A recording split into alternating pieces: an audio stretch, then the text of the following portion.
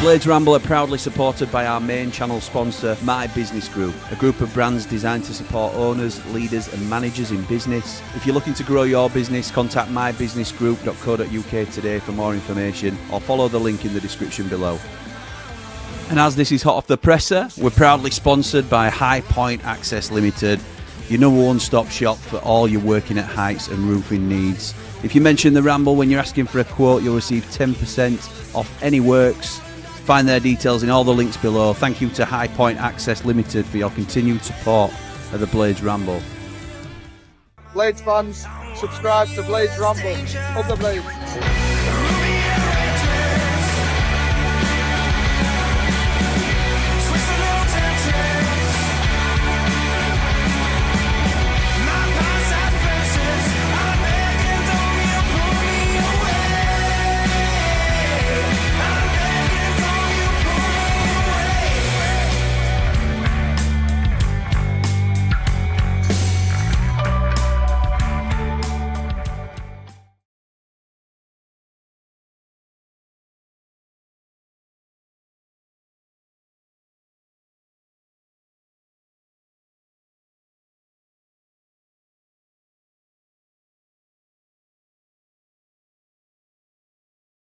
What's happening, Blades? And welcome back to the Blades Ramble.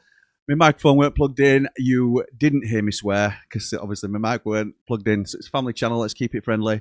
Look, we might be close to 10k, but things won't change that much around here. Don't you worry about that. If and when we hit that milestone. Look, there's some really, really exciting things planned. I've just had a phone call this morning. Sort of agreed a little thing in principle that. Oh, I'm buzzing about, and it'll be part of the 10k celebrations that we'll start doing that, along with a couple of other things. So, I am buzzing for this. How are we all? This is, of course, hot off the presser. Chris Wilder's just finished his press conference pre-derby. Another all business from Chrissy Wilder. Don't mind it. We need to be that way, don't we? If he was just laughing and joking about and being jovial, firstly, it's not in his nature when we're not in a position to be enjoying where we are, but we would also be criticising and saying, look, the last time out we threw away a 2-0 lead, so it was all business today again, which it needs to be, and I'm happy about. But again, a really good press conference. I really enjoyed it. He speaks the same language as a lot of us, doesn't he? In terms of how he sees the game, I think so. Anyway, I don't ever want to speak for anybody else, but in terms of the way he reads a lot of the game, I find myself nodding along with him a lot, and well, I'm under the spell. I'm fully aware of that, but it's one of them things. I have to say as well, I don't know whether anybody else experienced these problems during the presser. He answered the first question, and then it froze for me, and I had it up on 2 platforms just to make sure it runs smoothly. I always try and do that, but both froze at different times. I don't know if it was my internet or what, but one's wired in, so it shouldn't be. So then it cut to the middle of the next question. I missed about 2 minutes of the presser, I think. So it will cut off. I'll let you know when it does, and it's very early on. But let's get to the press conference then and see what he said. So to start us off, it's Andy Giddins from Radio Sheffield. He says, squad-wise then, Chris, how are we looking ahead of this one? And he says, yeah, we've got Tom Davies involved. He'll play a part tomorrow, which is great news for us. I've missed some big players over the last month. Oh, we've missed some big players. Chongi, obviously. Blaster, his first day back in training today, which is great news for him, great news for the players as well, because we know how important he is, without putting too much pressure on him. Gus is out of his brace. He won't be available for a few yet, but it's still good news for us. And then it cut for me, and then it cut for a little while. I got back on and we were talking about Sean Dyche, so I've no idea what the question was, but he did go on to mention Tyrese Campbell. He said, I commented about it. It isn't where I want to be. I think Sean Dyche did a bit in the week about it. It's no criticism of what's gone off in the past. It's just where I want to be and how we want to be now, how we want to play. So I don't know if he's talking about the previous management, because he always tries to be careful about how he discusses that. But he said he's a pocket and slide player, and he's talking about Tyrese Campbell because he comes on to mention him later. So he's pocket and slide, and he's mentioned that before, I think. He has to run. So, it was a situation as well from his profile. Would I rather him give me absolutely everything for 60 to 65 minutes and then stick his hand up and say, yeah, rather than trying to cruise through 90 minutes? So that's always a conundrum and always a challenge with Ty. Ideally, I'd like him to go the full length, but I think with his profile and the situation he's had before, maybe that's not the case and that's not achievable. It could have been Ty or Tom that, but I assume it's Tyrese Campbell.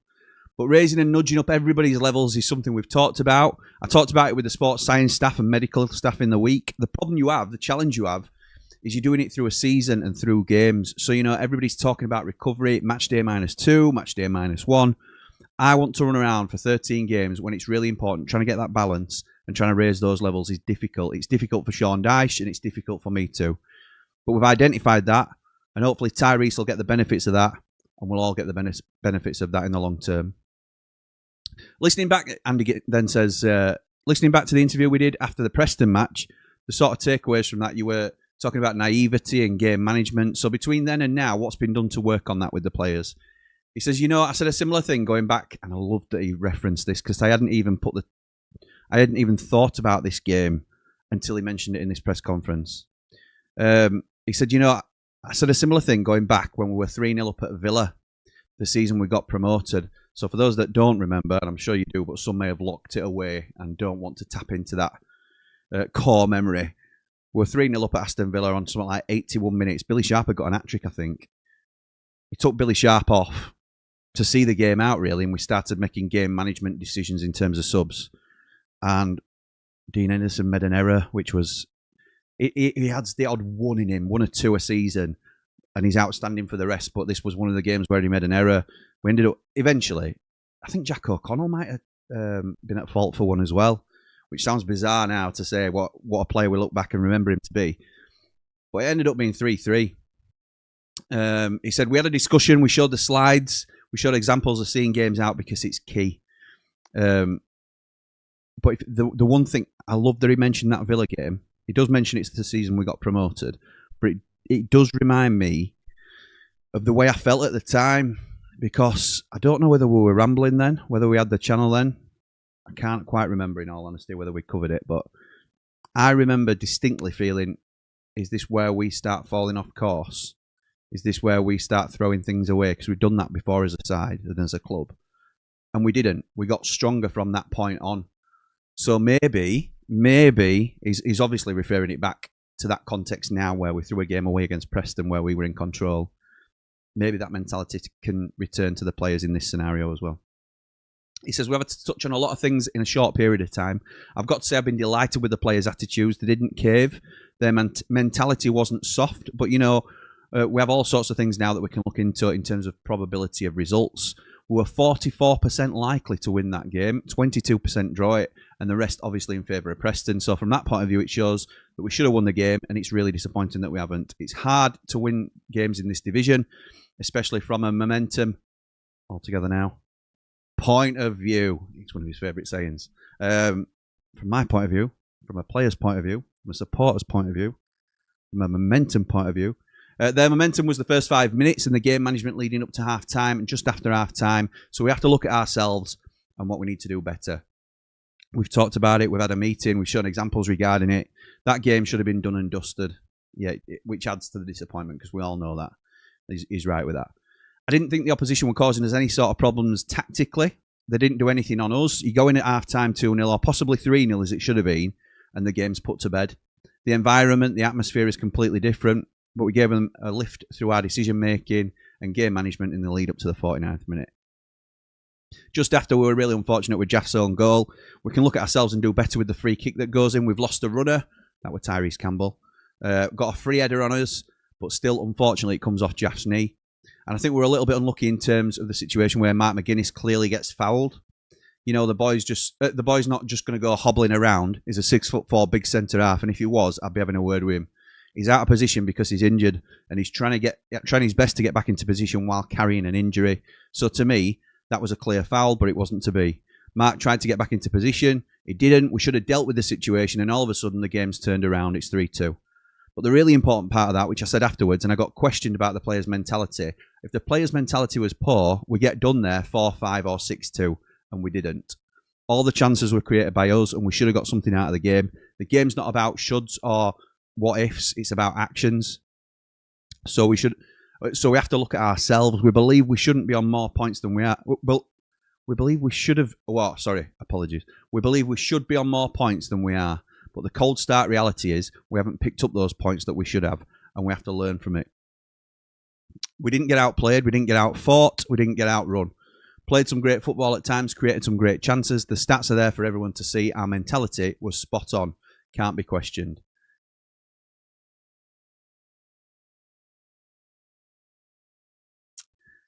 Just going to briefly pause there.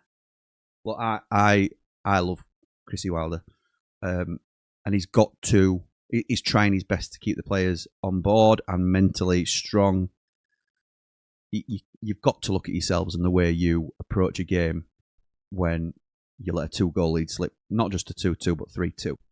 So the mentality has to be questioned in that regard and not keeping a stronger mental grip on the game as well as a physical one. But that's, all hail and all that. But that's where we differ slightly. We didn't collapse, we didn't crumble, we didn't capitulate, we went right to the end. I agree with that. We were still fighting. That's not the question about the mentality. It's to allow them to get back into the game. And when they get the first goal back, you've then got to be hyper alert for the second half. And they get to 2-2. It's just, we know how it happened, don't we? And one of my things is always the reaction of the supporters, says Chrissy. And the reaction of the supporters was first class at the end. Are we disappointed we didn't get the result we wanted? Yes. Are we disappointed we didn't get 9 out of 9, which would have been a terrific week for us? Yes, we are. We'd be happy but we have to be happy with 6. We understand it's a game that slipped through our fingers, and we can't afford to allow that to happen again, because we will be in that situation again. When you came back, you talked about the list of things to address. This is still Gids. You talked about the list of things you needed to address, and some of that clearly was the mental side of it. Does that sort of last 10 minutes at Deepdale the other day suggest that the messages are starting to get through?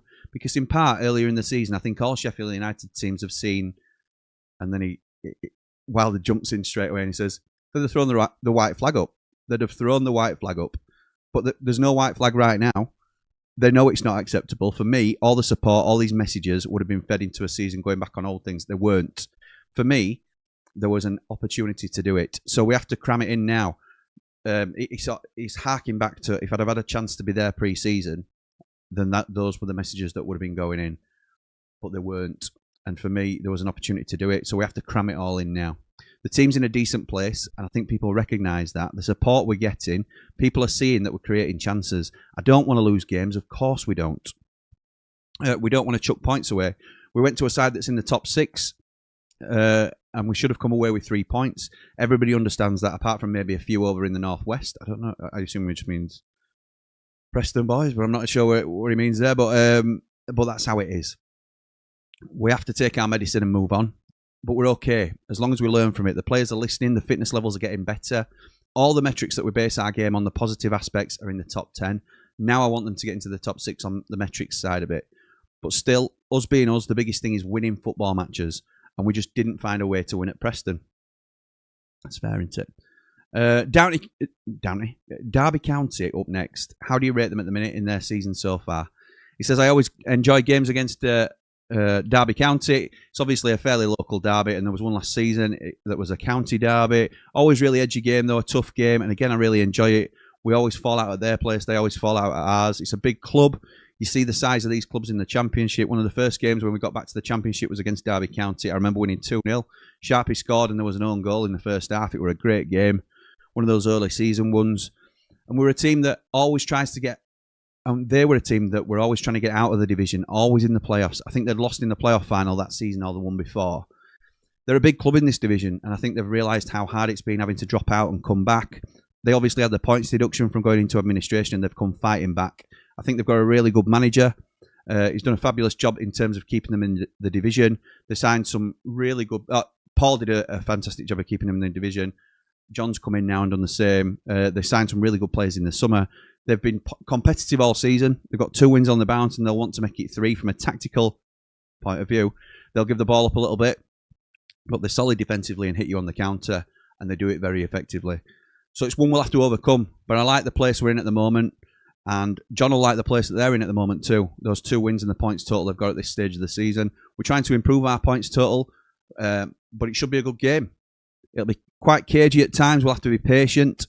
We'll have to take our chances, but we're creating them. I really liked the way we attacked in both halves at Preston.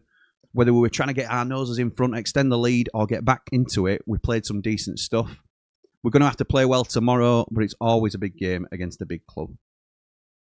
Then Danny Hall comes on, and it were very brief from here, to be honest. Danny only had a few questions, and then there were one at the end from somebody else. He said, one player in particular you'll be looking forward to seeing tomorrow perhaps is Ryan Brewster. Can you just give an assessment of how you saw his United career as a whole and seeing him again tomorrow?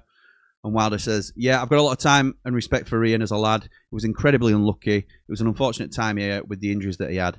I've said enough about him previously. He's a good kid.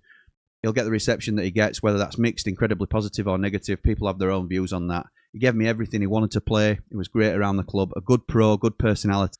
Danny says, yeah, I suppose it's something we've talked about with him as well. When you go through issues like Ryan's had, and then they come back on the grass, how much of it is a mental issue to trust your body again? Is that too simplistic? And Wilder says, yeah, I think it is a bit simplistic. They work hard to get themselves in a position. They go through the process of getting themselves out of the treatment room, back into the gym, working hard with rehab and pre-training, then reintegrate into the group. I've been consistent with it. Players don't want to be injured. It's not a great place to be physically or mentally. Seeing their teammates out there running about, doing what they do, playing football, preparing for a game, it's tough. A lot of hard work goes into it, and then you need a little bit of luck as well. And then Danny says, Blaster. Obviously, it's nearly a year out now. You see him on the grass. How big a step is that for him personally as well as football-wise? He says, yeah, I mean, the work he's done today isn't going to be shatteringly different from what he's been doing in the last 2 or 3 weeks. But just to get him back in with the first team players, whatever he's been doing, as you've seen, and no doubt it'll be filmed by our media team, it's great. But still, we have to plot that path very carefully with him, make sure the timing's right. There's not going to be any long-standing issues with him. We need to make sure all of that's clear.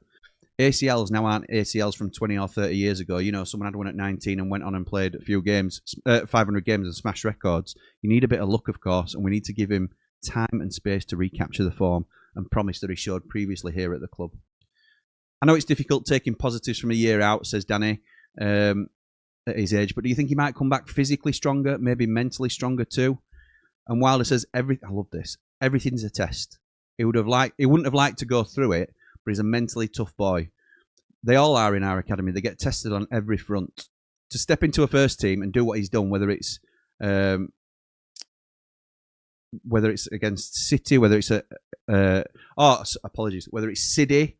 He always puts City as City. Whether it's City, whether it's Blaster, they're mentally tough boys. That's the culture we encourage, because you have to deal with disappointment, and how you deal with disappointment is key. During a game, through a season, through the injuries or loss of form. So yeah, they're tough boys, and he's a tough boy. He'll be okay.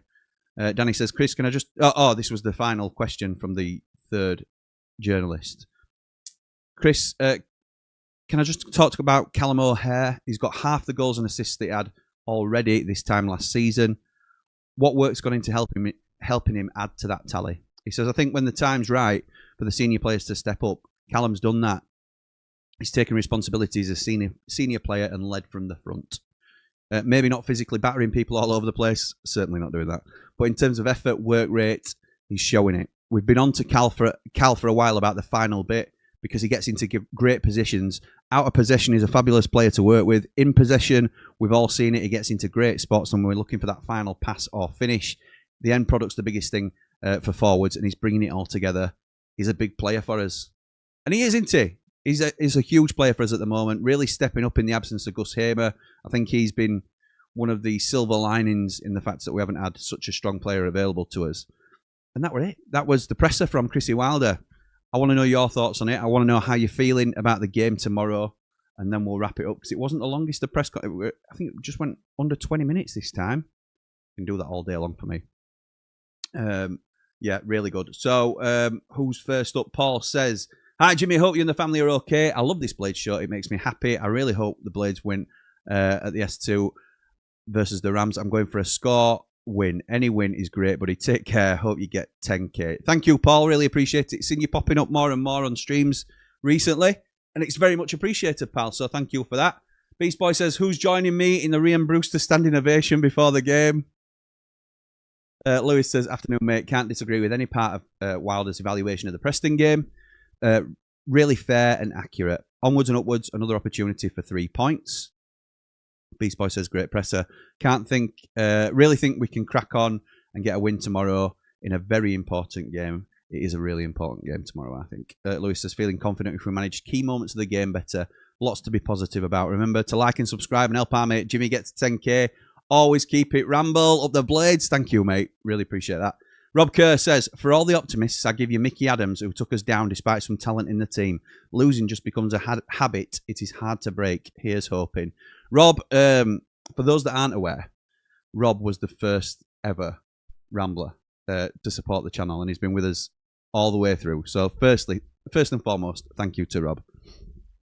And normally, Rob is quite a positive blade, and he's, enjoys the ride like the rest of us.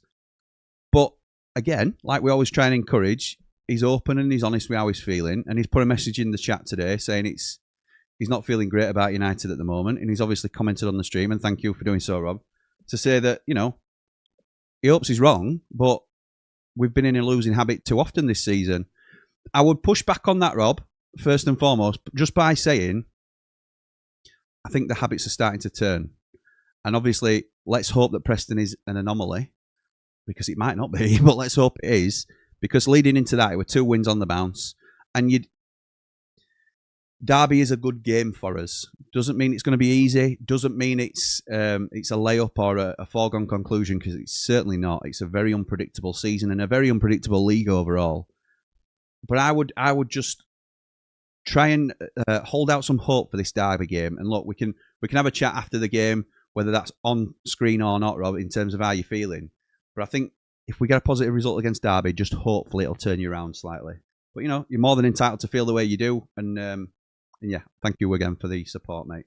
Tom says, afternoon, Jim, mate. Feeling deflated again going into tomorrow. Hoping for a nice fast start and a bit of atmosphere back at the lane, but I do fear the worst. Sorry to hear that, pal. Sorry to hear that. I don't... There's not much I can say to change people's minds, and nor am I here to do that, really, but we always try and offer a different or alternative perspective. And if people are feeling low, then I feel better after listening to Chris Wilder, usually do, but I'm particular. It's easy for me to say because I'm really looking forward to the game tomorrow, because, a bit of a personal reason, really. Well, most of you will know that Eki Out Sal and Andy the Blade are off in Texas at the moment. So their tickets aren't being used. And my girls asked me this week, I've got twin girls, 9-year-old, they both asked me if they can go to the game with me. And I've taken them once before when they were about 6, and they weren't interested. They were just more, we took the tablets and they were just on iPads, because we took them into the ground too early and all this, because I wanted them to get the whole experience. They just weren't interested. But now they both play football.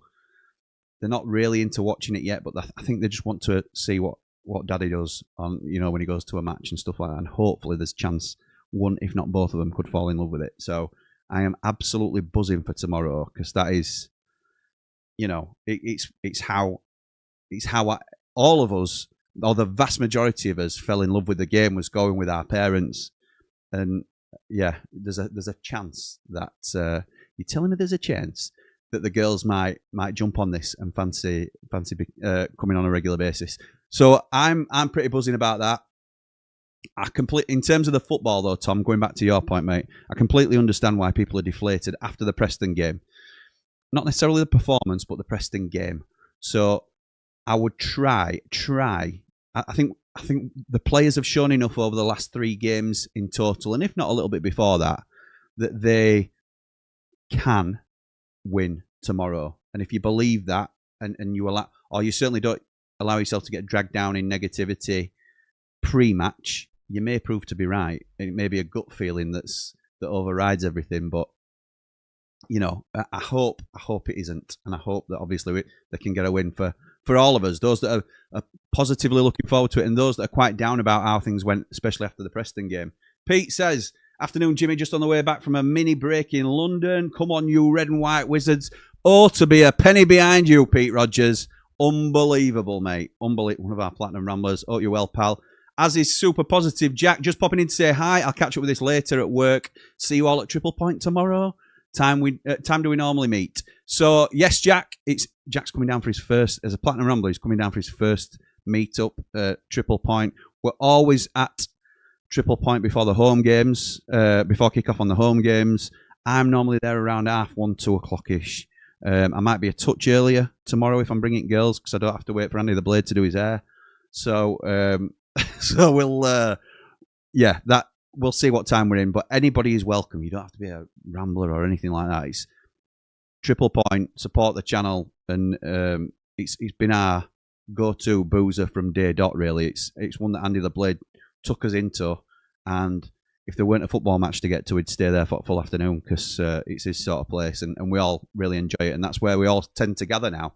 And it's been brilliant how it's organically built up. But yes, Jack, anytime there'll be loads of us there certainly from 1:30, but maybe even before, to be honest, pal. Portugal Blade says, wonder how many people are holding off subscribing, trying to be number 10k. I hope not, pal, because there's no way of telling who would be the 10,000th subscriber. They will know themselves, but there's no way of actually knowing it. So, honestly, some of the stuff that we're looking at doing, I'm already trying to level stuff up. I need to go back and start doing and this is very presumptuous, isn't it? But obviously you follow the trajectory of how the channel's gone previously, and you would hope we will get there. But I have to go back and put together a video, I suppose, of highlights and stuff. But I'm useless at stuff like that. I'm no editor. Matthew says, afternoon, Jimmy, very close to the magical 10k. Come on, people, let's get this amazing guy and Best United channel going to 10k and smash the likes. Up the blades, up the ram. Matt, that's very kind of you, mate. Very kind. Afternoon, Jimmy. Loving the motivation this gives me. We can do it. Up the blades, up the ramble. Me too, mate. Me too. Come on. That 10k is very, very close, says Beast Boy. If Tom Cannon is involved tomorrow, I'll be fuming. Says Rian Brewster's biggest fan, Beast Boy. I know I chuck that back at you every time, but how you can love Rian Brewster, the man who scored about 5 goals in 5 years, and berate Tom Cannon, who has got probably the same goal-to-game ratio as your main boy. He shouldn't even be on the bench. I've been saying for the longest time that he's not a professional football player. And again, this is me playing devil's advocate. This is not me saying Tom Cannon should be involved. But yeah, I agree. Rob Kerr says, how can anybody talk about playoffs when we can't win 2 games in a row? We did win 2 games in a row. If we can change that this week, then maybe. Yeah, absolutely. I think the wins, it's not even draws for me aren't needle movers, are they? We need to stack up 2 or even 3 wins on the spin in clusters like that. I would snap your hand off now for 7 points from the next 3, because that is obviously Derby at home, Cov away, and then which we're doing a watch along for, by the way. Have I got a thing for that? No, that's an old one. Damn it, Jimmy. And then QPR at home. So yeah, it's one of them, isn't it? Josh says, last 3 games with 6 from 3. If we can get 2 points per game for the rest of the season, we'll be in a good shout to get the playoffs. Huge ask. So it's not even 2 from... It's a huge ask for that to be replicated across the entire season, isn't it? Huge ask. We did that for the majority of last season. But up until the last 3 games, we've been nothing like. You're right, Josh. It's maths, isn't it? That's factual. We will be definitely there or thereabouts. But you're saying if we repeat that form across the season, it's unlikely. We've been 1-0 up and 2-0 up and got nothing. How different the points total could be. Confident tomorrow, but we need Preston to be the last hard lesson of the season. Up the blades, up the ramble to 10k. Thank you, Jimmy. Much appreciated, pal. Feeling confident tomorrow's going 2-0, says Matt. Let's have a look at how far away we are, actually. 9967 with 33 away. 33 away. How many's watching? 227 currently. Have you not all got a mate that you can you can just say, oh, have you heard about Blades Ramble? Oh, no, I don't want any sympathy subs. I'm only joking, but we're so close, and there are... can't wait. I'm so excited for the future. Tom says, well, here's to a big win for the Ramble twins. Hopefully they absolutely love it, and we put up a good fight and get a good result. Yes, me too, mate. Afternoon, Jimmy, and all. Get a win tomorrow and get the positive vibes back. If we go 1 or 2 up, we could get nervous. Hope we see it out. Up the blades. Up all the rambles. Like and subscribe. Thank you, mate. Bran says, hope you girls enjoy it, Jimmy lad. Me too, Bran. Me too. It's a big game, that, isn't it? It's a big thing tomorrow, this. I have to, for me personally, they have to enjoy this game. They have to enjoy it. Oh, it's big, big. On the way to Blackburn, we were all in a bit of limbo. After the first half, we were worried. Then at full time, the move was flipped. Then it was the bang opposite of that for Preston. Yeah, I can imagine, mate. I can imagine. It's never easy being a Blade. No, and that's a lesson they'll have to learn if they get into it. You know, they'll go through the same emotions I went through with Andy the Blade. Alessandro says 9 from 9 would have been sweet, but 6 from 9 is still very good. A very good week and shows an upward trajectory. Hopefully it's 3 points on Saturday and you girls enjoy the day at the lane, up the Blades, up the Ramble. Thank you, mate. Ray says, hope you girls enjoy it, Jimmy, and get really involved and become Blades would be brilliant. Well, Emily's desperate to be involved on the channel somehow, but Mrs. Ramble is. She's 9. Up the Blades Ramble, 10k by Derby Day. Thank you, mate. Brand says Tom Cannon scored as many league goals in one game against Portsmouth as, for Stoke as Ryan did for us in an entire 5 years. 4 goals. It's not even a debate. Yeah, I just think people in glass houses. I'm not saying Tom Cannon is a brilliant player. I'm not saying he's gonna come good because I'm on record now as saying I'm running out of patience, if not already run out, unfortunately. But you can't be a Ryan Brewster fanboy. You can, Beast Boy. It's completely up to you. But then completely slate Tom Cannon. I just think it's nonsensical. It's a bit cray-cray, as my girls say. This is the view from the mountain. He says, got to beat Derby at home. End of. End of. Think we will. End of. What was that end of? There was something happened, didn't it? End of. End of. I don't know. There was something.